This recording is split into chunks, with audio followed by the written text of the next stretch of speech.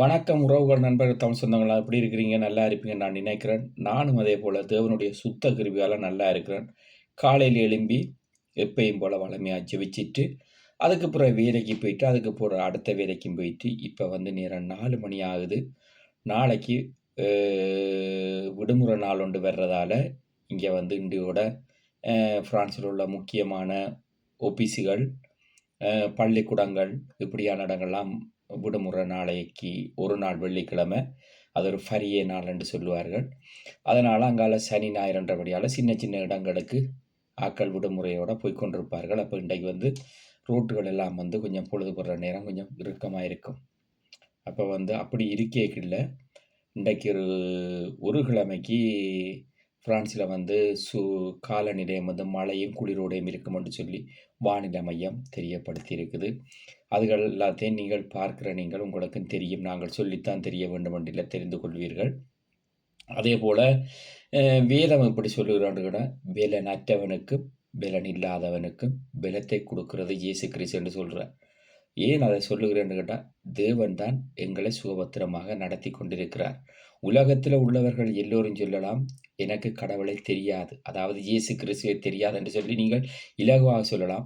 ஆனால் வானத்தையும் பூமியையும் உண்டாக்கின இயேசு கிறிஸ்துக்கு உலகத்தில் இருக்கிற பூச்சியில இருந்து, ஒரு புழுக்களில் இருந்து, உயிர் வாழுகிற ஐந்தறிவு மிருக ஜீவன்களில் இருந்து, ஆறறிவு கொண்ட மனிதர்கள் வரைக்கும் வானத்தையும் பூமியையும் உண்டாக்கின இயேசு கிறிஸ்துவுக்கு தெரியும்.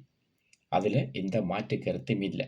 ஆனால் மனிதர்கள் தான் தங்களுக்கென்று சொல்லி ஒவ்வொரு காரியங்களையும் தனிப்பட்ட முறையில் செய்து கொண்டிருக்கிறார்களே தவிர, வானத்தையும் பூமியையும் உண்டு பண்ணினது இயேசு கிறிஸ்து ஒருவர் தான்.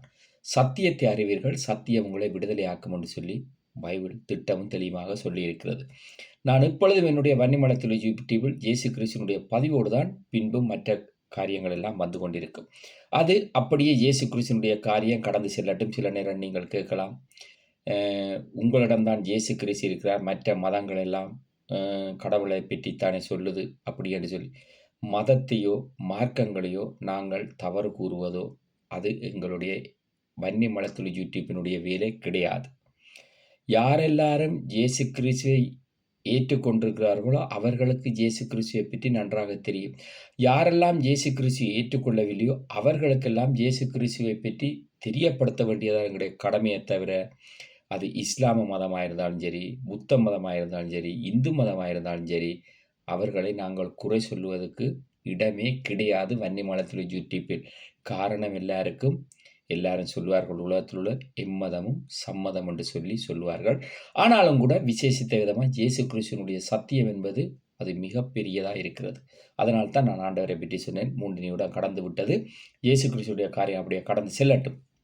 நாங்கள் இப்பொழுது விடயத்துக்கு வருவோம். என்னென்று கேட்டால், நீங்கள் பார்த்திருப்பீர்கள், இன்றைக்கு அரசியல் போராளி விஜய் அவர்கள் 100 சொச்சம் சீட்டோடு ஆட்சி அமைக்க முடியாமல், உங்களுக்கு தெரியுமோ தெரியல, ஈசிஆரில் வந்து ப்ளூ ஸ்டார் ஹோட்டலில் வந்து முழு பேரையும் கூப்பிட்டு அவருடைய இந்த அவ்வளவு இடத்திலே நின்றவர்களை கூப்பிட்டு அவர்கள் பேச்சுவார்த்தை நடத்தியிருந்தார்கள்.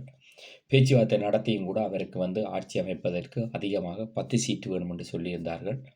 ஆனால் அவர் வந்து அண்ணன் திருமாவளவன் அவர்கள் வந்திருக்கிறார் என்று சொல்லி கொண்டிருக்கிறார்கள்.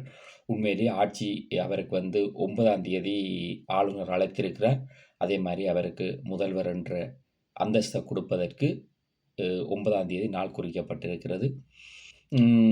அதே போல் இப்போ வந்து காங்கிரஸ் உள்ள வந்ததை குறித்து நீங்கள் காரதூரமான காரியங்களை பேசி கொண்டிருக்கிறீர்கள். அது நான் பின்னுக்கு வருகிறேன்.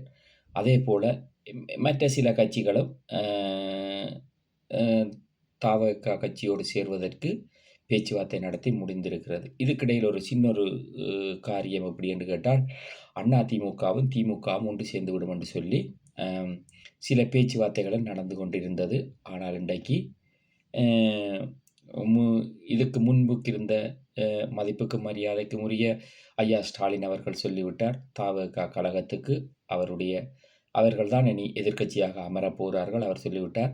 அவர்களுக்கு வாழ்த்து தெரிவித்திருக்கிறார்கள்.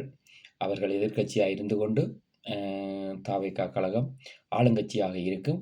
அதுக்கு எப்படியான கூட்டணிகள் கூட போகுதுன்றதை பற்றி நான் சற்று விரிவாக இன்றைய காணொளியில் சொல்லாவிட்டாலும் மற்றைய காணொளியில் நான் கண்டிப்பாக சொல்லுவேன். அரசியல் சரியாக தெரிந்தால் பேசுங்கள், இல்லாட்டிக்கு பேசாதீர்கள். ஏறக்குறைய நான் உங்களுக்கு சொல்ல வர்றது கோவமாக கூட இருக்கும். ஐயா காமராஜர், ஐயா பெரியார், அண்ணா, அதே போல் கலைஞர், இப்போ நீங்கள் எல்லாரும் கருணாநிதி என்று சொல்லுவீர்கள். ஆனால் எங்களுக்கு தெரிஞ்சவர் கலைஞர், அதுக்கு பிறகு எம்ஜிஆர், அதுக்கு பிறகு ஜெயலலிதா, அதுக்கு பிறகு ஐயா ஸ்டாலின், அதுக்கு பிறகு எடப்பாடி அவர்கள் அதிமுகவில். சரிதானே? வடிவாக நீங்கள் கதைக்க வரும்பொழுது வடிவாக கதைக்கணும். இங்கே தமிழ்நாட்டுக்குள்ள பிஜேபியும் இருக்குது, காங்கிரஸும் இருக்குது. எப்பொழுது மத்தியில் காங்கிரஸு பிஜேபியும் மாற்றி மாற்றி ஆண்டு கொண்டிருக்கும். தமிழ்நாட்டில் மாநிலத்தில் திமுகவும் அதிமுகவும் மாறி மாறி ஆண்டு கொண்டு இருக்கும். இந்த ரெண்டும் தான் இந்தியாவுக்குள்ள. இந்தியாவை ஃபுல்லாக ஆள்றது காங்கிரஸும் பிஜேபியும், தமிழ்நாட்டில் ஆள்றது திமுகவும் அதிமுகவும். மற்ற மாநிலங்களை குறித்து அது சரியான தரவுகள் இருந்தால் பேசிக்கொள்ளலாம்.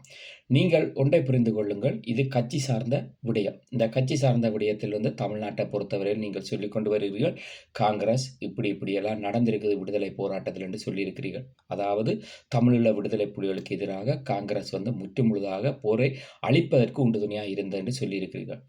அதை நானும் ஏற்றுக்கொள்கிறேன், அதில் மாற்று கருத்தில்லை. ஆனால் இந்த கட்சிகள் அனைத்தும் இருக்கும் பொழுது உறவு பாலம் என்று சொல்லி ஃபாதர் ஜெக கஸ்பார் அவர்கள் 95ஆம் ஆண்டு யாழ்ப்பாணம் இடம்பெயர்வின் போது நிறைய உறவுகளை இணைச்சு கொண்டிருந்தவர். அதுதான் வெர்தாஸ் வானொலி. 2 செய்தியை கேட்கறதுக்கு அனைத்து போராளிகள கையிலே ரேடியோ இருக்கும். அதுக்கு பேர் 12 பேண்ட் ரேடியோன்னு சொல்வார்கள். அதே போல் 10 பேண்ட் ரேடியோன்னு சொல்வார்கள், 8 பேண்ட் ரேடியோன்னு சொல்வார்கள். இப்படி மணிக்கூடும். அதே போல் ரேடியோவும் எல்லா போராளிகள கையிலேயும் 15 பேருக்கு ஒரு டீம் இருந்தால் 15 பேரில் ஒருத்தர்கிட்ட 2 பேருக்காக தான் அந்த ரேடியோ இருக்கும். காரணம் என்னென்னு கேட்டால், அந்த வெர்தாஸ் வானொலியை கேட்பதற்கென்று சொல்லி தலைமையே தயாராக இருக்கும் அந்த நேரத்துக்கு. காரணம் என்னென்று கேட்டால், அதில் சொல்லப்படுகிற அனைத்து செய்திகளும் உண்மையான செய்திகள். அதே போல் பிபிசி லண்டன்லேருந்து வர்றது, லண்டன்லேருந்து சொல்கிற பிபிசியை நம்பக்கூடிய செய்தி. இந்த ரெண்டையும் தான், அதாவது தமிழீழ விடுதலை புலிகள் இயக்கத்தால் அதிகமாக கேட்கக்கூடிய ரேடியோ செய்திகள்.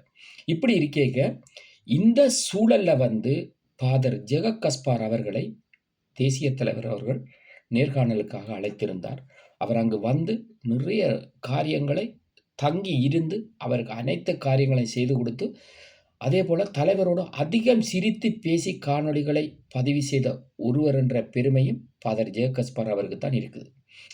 நான் இங்கே வந்தது 36 வயதில் தான் நான் பிரான்ஸுக்கு வந்தேன். இந்த 36 வருடங்களுக்கு முன்பு நாங்கள் எங்கே இருந்தோம்? இலங்கையிலும், இந்தியாவிலும், மலேசியாவிலும், சிங்கப்பூரிலும், தாய்லாந்திலும் இப்படியே நாங்கள் ஓடிக்கொண்டிருந்தோம். இருக்கும் பொழுது இந்த காலங்களுக்குள்ள அநேக பேரோடு நாங்கள் பழகி வந்திருப்போம், அநேக பேரை பார்த்திருப்போம். ஆனால் நாங்கள் என்னத்தை பற்றி பேசியிருப்போம்?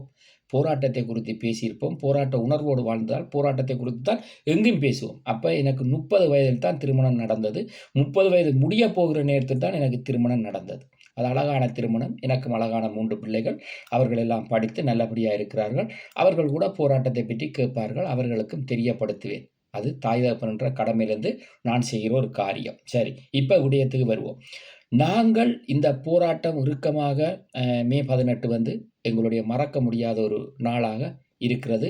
எல்லா உலக தமிழர்களுக்கும் தெரியும். அதை இன்றும் கூட கதை கேட்க தம்பி தங்கச்சியாக்கள் இப்படி காரியங்கள் நாங்கள் செய்ய போகிறோம், அதுக்கு உங்களுடைய பக்கம் என்ன இருக்குது என்று கேட்டார்கள். அதை நான் செய்கிறேன் என்று சொல்லியிருந்தேன். அது தம்பி தங்கச்சியாக்கள் என்ற முறையில் நான் அவர்களோடு தான் எல்லா தொடர்பையுமே நான் வைத்து கொண்டிருக்கிறேன். அவர்களும் வன்னி தான். அதனால் அவர்களோடு அதை பேசியிருந்தேன்.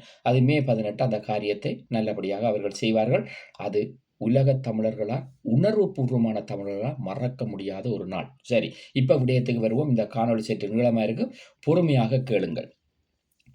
இந்த போராட்டம் நடந்து கொண்டிருக்கும் பொழுது ஃபாதர் ஜெக கஸ்பார் அவர்கள் ஒரு காரியத்தை செய்வதற்கு தமிழ்நாட்டில் ஆரம்பிக்கிறார். இப்படி இந்த போராட்டம் ஒரு இக்கட்டான சூழ்நிலையில் இருக்கு.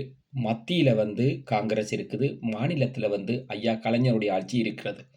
இப்படி இருக்கும் பொழுது கொஞ்சம் கொஞ்சமாக போராளிகள் வந்து உடப்பட்டு இந்தியாவுக்குள்ள வந்து கொண்டிருக்கும் பொழுது இந்தியாவில் உள்ள சிஏடி பிரிவு, அதாவது கீ பிரான்ச் என்ன செய்து கொண்டுக்கிட்டா, நீ புலியா, நீ விடுதலை புலியா பிடிச்சி உள்ள போட்டு போட்டு கொண்டு இருக்கிற பொழுது ஐயா வைகோ அவர் எப்பயோ ஓய்ந்து விட்டார். அதே போல அண்ணன் குளத்தூர் மணிய அவர்களை உங்கள் எல்லாருக்கும் தெரிந்திருக்கும். அவரும் வந்து தலைவரால் நேசிக்கப்பட்டு, தலைவரால் மதிப்புக்கும் மரியாதையாக போற்றப்பட்டு, அவரும் வந்து வன்னிக்கு வந்து தலைவரோடு வந்து நிறைய விடயங்களை காரியத்தை செய்திருந்தார். அவர் இன்றும் சுகபலத்தோடு இருக்கிறார். அதே போல் அவர் ஐயா வீரப்பனார் 2004 இறப்பின் போதும் கூட அவருக்கு அநேக தலையீடுகள் வந்தும் கூட, அநேக கஷ்டங்களை கொடுத்தும் கூட அவர் அதிலிருந்து வெளியே வந்து இன்றும் அவர் அப்படியே இருக்கிறார். அதே போல் ஐயா நெடுமாறன் அவர்கள் இந்தியாவில் இருக்கிறார். அதே போல் தேனிசை செல்லப்பா அவர்கள் எங்களை விட்டு மறைந்து விட்டார்.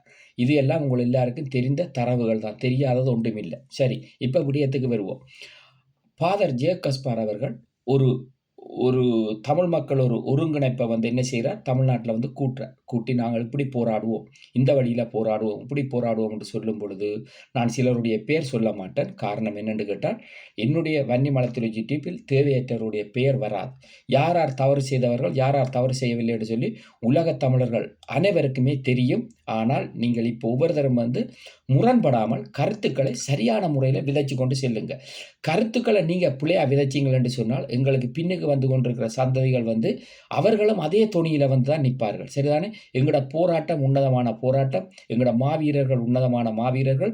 அதே போல் போராட்டத்தில் இறந்த ஒவ்வொரு தாய் தகப்பன் குழந்தைகள் பொதுமக்கள் அனைவரும் அவர்களும் உன்னதமானவர்கள். அதுக்கு அடுத்தபடியாக போராட்டத்தில் அங்கவினத்தை இழந்தவர்களும் உன்னதமானவர்கள். அதிலிருந்து கடந்து வந்த போராளிகளும் உன்னதமானவர்கள். ஆனால் மாறுபட்டவர்களாய் இருப்பதற்கு காரணம் தேவன் அறிந்து கொள்ளுவார். மனிதர்களை மனிதர்களால் அறிந்து கொள்ள முடியாது. ஏனென்று கேட்டால் காட்டில் இருக்கிற கரடி என்ன செய்யும் என்று தெரியும், புலி என்ன செய்யும் என்று தெரியும், யானை என்ன செய்யும் என்று தெரியும். சரிதானே? ஆனால் மனிதர்கள் எப்படி எந்த நேரத்தில் என்ன செய்வார்கள் என்று ஒருதராலையும் கணிக்க முடியாது. அதுதான் மனிதர்கள். அதை வந்து நான் சொல்லவில்லை, தரவுகள் அதிகமாக சொல்லிக் கொண்டிருக்குது. அப்போ ஃபாதர் ஜேக்கஸ்பார் வந்து இப்படி ஒரு முடிவு எடுக்கும் பொழுது அதில் வந்து கனவேர் வந்து ஃபாதர் ஜேக்கஸ்பார் அவர்களோடு முரண்பட்டார்கள். அவர் இன்றும் அமைதியாகத்தான் இருந்து கொண்டிருக்கார். ஃபாதர் என்ற இதில் இருந்து அவர் வெளிப்பட்ட இதில் வந்து தனிமையாக யூடியூபில் அவர் மௌனம் காத்து கொண்டிருக்கிறார். அவர் சில காரியங்களை நிறைவாக செய்து கொண்டிருப்பார், அந்த நேரத்தில் செய்திருப்பாரா இருந்திருந்தால் போராட்டமும் தடுக்கப்பட்டிருக்கு. அதுக்கு கண்ண பேர் அதில் வந்து ஒத்துழைக்கவில்லை. நாங்கள் எங்களுடைய காதால் கேட்டுக்கொண்டு கண்ணால் நடந்ததுகளை பார்த்து கொண்டு இருந்த நாங்கள் சும்மா வந்து இந்த பதியும் வைக்க போகிறதும் இல்லை, பதியவும் மாட்டேன். என்னுடைய நண்பர்கள் எல்லாம் அண்ணா நீ பதி என்னவா இருந்தாலும் நாங்கள் பார்த்துக்கொள்ள. என்னுடைய நண்பன் சொல்லுவான், யார் அடித்தது நம்பரை போடு நான் பார்க்குறேன். ஆனால் வன்முறைகள் என்றைக்குமே ஒரு தீர்வு கிடையாது. வன்முறைகள் தேவையும் இல்லை. இனியொரு ஆயுத கலாச்சாரம் வரக்கூடாதுன்றதான் எல்லா தமிழர்களும் கூட நினைக்கிறார்கள். காரணம் என்னென்று கேட்டால், அந்த அளவுக்கு நாங்கள் வன்னியில வலி வேதனைகளை சுமந்து சதைகளும் இரத்தங்களுமாய் இழந்து போதுமண்டே முடிந்து போய்த்தான் அமைதியாக இருக்கிறோம். ஆதலால் வந்து நான் என்ன சொல்லுகிறேன் என்று சொன்னால், இந்த ஃபாதர் ஜேக்கஸ்பார் அவர்கள் வந்து நிறைய முன்னெடுப்புகளை எடுத்தார். ஆனால் அவர் அமைதியாக ஒதுங்கிட்டார். காரணம் என்னென்று கேட்டால், ஃபாதர்மார் போராட்டத்துக்கு நிறைய உதவியாக இருந்தவர்கள். அவருக்கு முழு சரித்திரமும் தெரியும். ஃபாதர் ஜேக்கஸ்பார் அவர்களுக்கு முழு சரித்திரமும் தெரியும். அவர் ரொம்ப நல்லவர். அவர் வந்து ஒரு படிப்பிலும் சரி, அவருடைய பேச்சிலும் சரி, அவருடைய ஒவ்வொரு விடயத்திலையுமே வந்து அவர் சரியாகத்தான் போய் கொண்டிருந்தவர். அவரோடு நீண்ட நேரம் எங்களுடைய தேசிய தலைவர் காணொலிகள் பதிவு சொல்லும் பொழுது அவ்வளவு மகிழ்ச்சியாக சிரித்து அவ்வளவு ஒரு அவர் பதிவெடுத்தது என்று சொல்கிற பெருமை அவருக்குத்தான் இருக்குது. அவர் சிலரோடு பேசும் பொழுது சிலர்கள் தங்களுக்கு என்று சொல்லி சில காரியங்களை அப்பவே செய்ய தொடங்கி விட்டார்கள். சில பேர் 1000 தடவை சில போராளிகளிடம் கேட்டிருக்கிறார்கள், தேசிய தலைவர் இறந்து விட்டாரா என்று சொல்லி. காரணம் என்னென்று கேட்டால், தாங்கள் ஏதோ ஒரு காரியத்தை செய்வதற்காக அதை உறுதிப்படுத்தி கொண்டார்கள். ஆனால் இங்கு வந்து நாங்கள் யாருக்கும் பயப்படவும் தேவையில்லை, யாருக்கும் நாங்கள் பயந்து நிற்க வேண்டிய அவசியம் இல்லை. நான் வன்னி மலத்தில் யூடியூப் வைத்திருக்கிறேன். நான் வன்னியில் பூர்வமாக கொண்டால், நான் வன்னியிலேயே என்னுடைய காலங்கள் அநேகம் வாழ்ந்தது. அநேக கஷ்டங்களை நான் மாத்திரமில்லை, என்னோடு நின்றவர்களும் சந்தித்திருந்தார்கள். ஆதலால் நீங்கள் ஒன்றை புரிந்து கொள்ளுங்கள். எங்கிருந்து போர் தொடங்கினது என்று சொல்லுங்கள். முதலாவது தமிழீழத்து வரைபடத்தை நீங்கள் எடுத்து பார்த்தீர்கள் என்று சொன்னால், இலங்கையில் எங்கிருந்து போர் தொடங்கினது என்று சொன்னால், கடைசி போர் மன்னாரிலிருந்து தான் தொடங்கினது. மன்னார் மாவட்டத்திலிருந்து போர் தொடங்கும் பொழுதே தலைகளுக்கு தெரிந்து விட்டது. முக்கியமான என்னது போய் கிடைச்சிட்டது, இங்கே சொல்லுவார்கள், நீங்கள் சொல்ல வரைபடம் என்று பிளானிங், இங்கே சொல்ல முக்கியமான பிளானிங் கிடைக்க வேண்டிய இடங்களுக்கு கிடைச்சிட்டுது. மன்னார் மாவட்டத்தில் இருந்து சண்டை இராணுவம் தொடங்கிட்டு என்று சொன்னால் வன்னி இலகுவாக விழுந்துவிடும். இது விடுதலை புலிகளில், அதாவது இயக்கத்தில் நன்றாக இருந்தவர்கள், விடுதலை புலிகள் இயக்கத்தை நேசித்தவர்களுக்கு நன்றாக தெரியும். அங்கிருந்து போர் தொடங்கும் பொழுதே இராணுவம் பலமாக தொடங்கிவிட்டது. அங்கிருந்து கடல் பிரதேசங்கள் எல்லாத்தையும் வளைத்து கொண்டு வரும் பொழுது, இங்கிருந்து வவுனியா பகுதியிலிருந்து ஏனையின் பாதையிலிருந்து இராணுவம் வரும்பொழுது, யாழ்ப்பாண பகுதியில் இருந்து வரும்பொழுது முழுமையாக கொண்டு வந்து அப்படியே எங்களுடைய இன்றைக்கு மே 18 வருது, முள்ளிவாய்க்கால்கள் கொண்டு வந்து இறுக்கி விட்டார்கள். எல்லாருக்கும் தெரியும், முக்கியமான இடம்தான் மன்னார் மாவட்டம். இது யாருக்கு தெரியும் யாருக்கு தெரியாண்டு எனக்கு தெரியாது, தெரிந்ததை நான் பதிவு பண்ணுகிறேன். அங்கிருந்து தொடங்கின உடனே தெரிந்து விட்டது, முக்கியமான திட்டமிடல்கள் அனைத்தும் எங்கேயோ ஒரு இடத்துல கையளிக்கப்பட்டு விட்டது. இதுதான் உண்மை. அங்கு தொடங்கிட்டு என்று சொன்னோன்னே அந்த இடம் தொடங்கப்படுறதுக்கு யார் காரணம் எவர் காரணம் என்றெல்லாம் நாங்கள் சொல்ல வேண்டிய அவசியம் இல்லை. அதை நீங்கள் ஒவ்வொருத்தரும் தெரிந்து கொள்ளுங்கள். தெரியாமல் வந்து நின்று ஒவ்வொரு விடயங்களை கதைத்து நீங்கள் தேவையற்ற விடயங்களை பகிர்வதை நிறுத்துங்கள். அதைத்தான் நான் சொல்ல முடியும். கட்சி வேறு, போராட்டம் வேறு, இதுகளுக்கு நடந்து கொண்டிருக்கிற விடயங்கள் வேறு. எவ்வளவோ சூழ்ச்சிகள் எல்லாம் நடந்து முடிந்துட்டுது, இனிமேலும் நடக்கக்கூடாதுன்றதான் எங்களுடைய நண்பர்களுடைய வேண்டுகோளும் என்னுடைய வன்னி மலத்துளி யூடியூப்பினுடைய வேண்டுகோளும். இப்படி இருக்கும் பொழுது மன்னார் மாவட்டத்தில் இந்த சண்டை தொடங்கும் பொழுதே விளங்கிவிட்டது, எல்லாமே சரியாக இராணுவம் போர் சரியாக கொண்டு வந்து கொண்டிருக்கின்ற. இதுக்கு எல்லா நாடுகளும் துணை போச்சுது. ஆனால் இப்போ காங்கிரஸுக்கு வருகிறோம். காங்கிரஸ் முழுமையாகத்தான் போராட்டத்துக்கு அழிவை கொடுத்தாண்டு பார்த்தால் அவர்களும் ஒரு பங்கு. ஆனால் எங்களுடைய உள்நாட்டுக்குள் இருந்தவர்கள் நிறைய பங்கு. சரிதானே? முக்கியமான ஒரு ரெஸ்டாரண்ட் இருக்கண்டு வையுங்க. ரெஸ்டாரண்ட் இருக்கண்டு வச்சா நெடுகவாரவேலுக்கு ரெஸ்டாரண்டைய கடை எங்கே இருக்குது, வாசல் எங்கே இருக்குன்னு தெரியும். புதுசாக வாராக்களுக்கு தான் இப்போ ரெஸ்டாரண்ட் வாசலில் அந்த கடையினுடைய பிளானிங் வச்சுருக்கு. எங்கே பாத்ரூம் இருக்குது, எங்கே டாய்லெட் இருக்குது, எங்கே சால் இருக்குது, எங்கே கஃபே இருக்குது, எங்கே பார் இருக்குதுன்னு சொல்லி வைப்பார். இப்படி முழு தரவையும் ஒருத்தரிடத்தில் கொடுக்கும் பொழுது, அதாவது இயக்கத்தினுடைய முழு வரைபடத்தின் தரவை கொடுக்கும் பொழுது இலகுவாக போரை கொண்டு வந்து நிறுத்தி விடுவார்கள். ஆனால் இந்த ரகசியங்கள் அவங்களும் பாதுகாத்து கொண்டிருக்கப்படும் பொழுது காங்கிரஸும் ஆட்சியில் இருந்தது, திமுகவும் ஆட்சியில் இருந்தது. அந்த காலங்களில் அவர்கள் வந்து ஒன்றும் செய்ய முடியாது. எங்களுடைய முழுப்பட்ட விஷயமும் எங்கு கிடைக்கக்கூடிய இடங்களுக்கு முழு ரகசியமும் கிடைத்து விட்டது. ரகசியம் தெரிந்த பிறகு ஒன்றுமே செய்ய முடியாது. அதற்கு பிறகு போர் உச்சக்கட்டத்தை அடைந்தது. அதே போல் இன்றைக்கு நீங்கள் பார்ப்பீங்கள், ரஷ்யா வந்து உக்ரைன் அடித்து கொண்டு, உக்ரைனில் இருந்த அநேக விமான பணிப்பெண்கள் வந்து ஃப்ளைட்டோடு வந்து அடித்தார்கள். இந்தியா அடித்தது, பாகிஸ்தான் அடித்தது, இப்படி பல நாடுகள் அடித்தது. இவ்வளவு நடந்து முடிந்த பிறகு நாங்கள் எல்லோரும் இப்போ எப்படி இருக்கிறோம்? நாங்கள் எல்லாரும் வந்து தமிழ் மக்கள் எல்லாம் அகதி இல்லை, நாங்கள் எல்லாம் அனாதை ஆகிட்டோம். ஏன்? எங்களுக்கு நேஷனாலிட்டி எடுத்தாலும் அல்ல ஸ்ரீலங்கன் சென்று தான் எழுதி தருவா. எங்களுக்கு வந்து நாடு இல்லை. இப்போ யாருக்கும் எங்களோட தமிழாக்கள் முழு பேருக்கு நாடு இல்லை. இலங்கையில் எங்களுக்கு நாடு இருக்குன்னு சொன்னால் இலங்கை ஆட்சி ஆண்டு கொண்டிருக்கிறது சிங்கள அரசாங்கம் தான். சிங்கள அரசாங்கமான இப்போ இருக்கிற அரசாங்கம் வந்து எங்களுக்கு தமிழ் மக்களையும் ஆதரித்து போய்கொண்டிருக்குது. ஆனால் எங்களுக்கு இன்றைக்கு வந்து இலங்கையில் இருக்கிறோம். ஆனால் இன்றைக்கும் பாருங்கள், எங்களுக்கு சொல்லி ஒரு இடத்தை வந்து நாங்கள் பாதுகாக்கக்கூடிய சூழ்நிலை இருக்க இல்லை. காரணம் என்னென்னு கேட்டால் தமிழர் எங்களுக்குள்ள ஒற்றுமை இல்லை. சிங்கள மக்களுக்கு வந்து எங்களோட போராட்டத்தை தெரியப்படுத்தியாச்சு, விளங்கப்படுத்தியாச்சு, அவர்களும் புரிந்து கொண்டார்கள். ஆனால் எங்களோட தமிழ் மக்களுக்குள்ள ஒற்றுமை இல்லை. இன்றைக்கு விஜய் அரசியலுக்கு வந்துட்டார். காங்கிரஸ் பிழை செய்தது 100க்கு 100 உண்மைதான். ஆனால் அவர் ஆட்சி அமைக்க முடியாத கட்டத்தில் வந்து அவரிடமிருந்து கை பறிபோக போகுது என்று சொல்லும் பொழுது அதிமுகவும் திமுகவும் ஆட்சிக்கு வரக்கூடாது அவர்கள் அமைக்க முன்வருகிறார்கள். இந்த திமுக அதிமுக வரலாற்றிலேயே எந்த ஒரு காரியத்துக்கும் சேராத ஒரு 2 கட்சிகளும், பெரும்பான்மையான கட்சிகள், சேராத கட்சிகள். இன்று திடீரென்று வந்து அவர்கள் 3 நாளுக்கு முதல் பேச்சுவார்த்தை நடத்துவார். ஒரே காரணம், நடிகர் விஜய் வந்து விட்டார். இப்ப நீங்கள் எல்லாரும் சொல்லீர்கள் திரையில இருந்துதான் வருகிறார்கள் என்று சொல்லி. நான் கேட்கிறேன், இந்த அரசியல் கட்சிகளை எடுத்து பார்த்தீர்கள் என்று சொன்னால், எம்ஜிஆரா இருந்தாலும் சரி, கலைஞரா இருந்தாலும் சரி, அதே போல மற்ற ஜெயலலிதா அம்மையாரா இருந்தாலும் சரி, யாரா இருந்தாலும் மற்ற கட்சிகளில் இருக்கிற எல்லாருமே வந்து சினிமா துறையில தான் வந்தார்கள். அரசியலையும் சினிமாவையும் ஜோசியத்தையும் இந்தியாவில் வந்து இந்த 3ஐயும் பிரிக்க இயலாது. இந்த 3 பின்னி பிணைந்துதான் இருக்கு. எங்களுக்கு ஆணித்தனமாக சொல்ல முடியும், இந்திய அரசியலை பற்றி எங்களுக்கு வடிவாக தெரியும். தெரியாமல் நாங்கள் பேசுவதல்ல. நான் கல்கத்தாவில் இருக்கும் பொழுது, நீண்ட நாள் கல்கத்தாவில் போய் இருக்கும் பொழுது கூட அங்கத்தைய கிந்தி மாநிலங்களில் இருக்கிறவருடைய அரசியல் ரீதியான எப்படியெல்லாம் இருக்கும், என்ன மாதிரி இருக்கும் என்று சொல்லி நிறைய விடயங்களை நாங்கள் அங்கே இருக்கும் பொழுது பார்த்துக்கொள்வோம். ஏன்னா தமிழ்நாட்டில் உள்ளவர்கள் இந்தியாவிலே எல்லா இடத்திலும் இருப்பார்கள். அவர்கள் எங்கேயாவது ஒரு சாப்பாட்டு கடை, ஒரு தேத்தண்ணி கடை எல்லாம் வைத்திருப்பார்கள். அது பொம்பையா இருக்கட்டும், டில்லியா இருக்கட்டும், பெங்களூரா இருக்கட்டும், மைசூரா இருக்கட்டும், அதேபோல கல்கட்டாவா இருக்கட்டும், பெரிய மாநிலங்கள் அனைத்திலும் எங்களுடைய தமிழாக்கள் எல்லா இடம் இருப்பார்கள். அவர்களும் அரசியலில் நல்லா ஊறியவர்களாக தான் இருப்பார்கள். தமிழர்கள் இந்தியாவில் இருக்கிற தமிழர்கள் எல்லாருக்கும் அரசியலை பற்றி நல்லா தெரியும். அதே போல இங்கிலீஷும் சரமாரியாக பேசுவார்கள். யாரும் குற்றம் நினைத்துக் கொள்ள கூடாது என்றுதான் நான் இந்த பதிவை செய்கிறேன். வடிவாக கேளுங்கள். நாங்கள் தமிழர்கள் முதலாவது ஒற்றுமையாக இருக்க வேண்டும். நாங்கள் ஒற்றுமையாக இருந்தால் மாத்திரம்தான் எங்களுக்கென்று சொல்லி ஒரு நாட்டை நாங்கள் எப்பயுமே பாதுகாக்க முடியும். இப்பொழுது இலங்கையில் இருக்கிற ஜனாதிபதி அவர்கள் மிக அழகாக அருமையாக கொண்டு போய் கொண்டிருக்கிறார். அதுக்கு எங்களுடைய தமிழ் மக்களும் ஒற்றுமையாக போய் கொண்டிருக்கிறார்கள். ஆனால் கட்சிகள் தான் வேறுபாடாக குழப்பங்களாக ஓடிக்கொண்டிருக்கிறது. அதே போல என்னிடம் கூட சிலர் நீங்கள் கேட்டிருந்தீர்கள், என்ன நீங்கள் இந்தியாவில் உள்ள விஜயனுடைய கட்சிக்கு சாதகமாக போய்விட்டீர்கள், இலங்கையில் எத்தனை கட்சிகள் இருக்கு? இலங்கையில் கட்சி வச்சிருக்கிறவர்களை நம்பி தலைமையகமே எத்தனையோ பேரிடம் கையளித்தது.